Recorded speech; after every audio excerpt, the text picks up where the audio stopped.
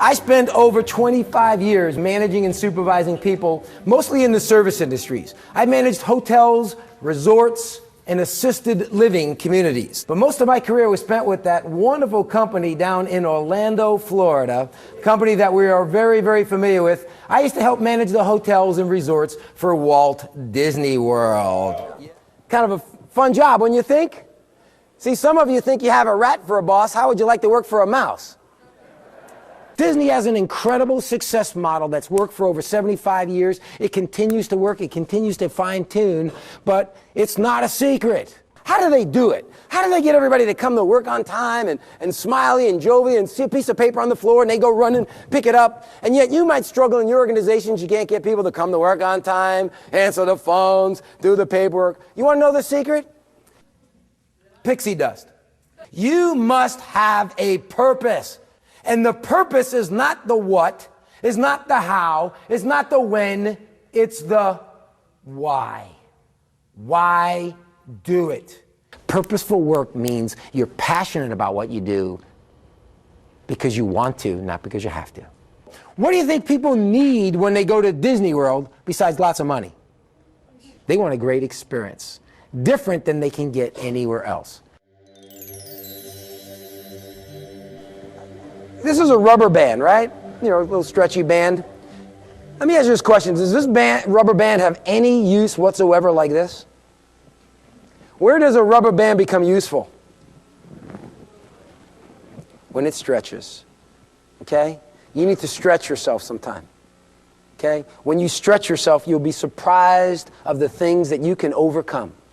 Do you have the right people in your organization to create the magic? Because if you have the wrong people, you can go to 1,000 seminars, you can take all kinds of training, you can implement new kinds of purposes in the world and all kinds of stuff. If you don't have the right people to do it, it won't work.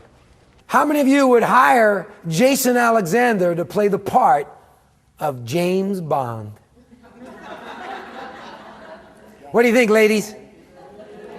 No way. So no matter how good Jason Alexander is as an actor, no matter what his resume looks like, no matter what his application looks like, that man cannot play the part of James Bond. It won't work.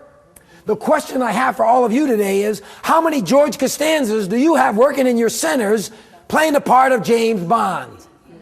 Treat people like they would like to be treated. Communicate to people the way they would like to be communicated to. Okay? Then you'll have a better connection. 1, 2, 3.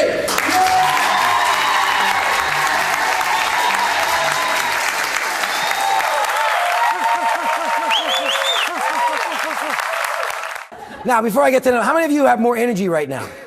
How many of you are more excited of your day and the things and the challenges that you have at work that you say, you know what, we can get through those? That's what celebration does. It brings energy into an organization, but we don't do enough of it. We only do it when it's really, really meaningful. We only do it when somebody's celebrating a special occasion.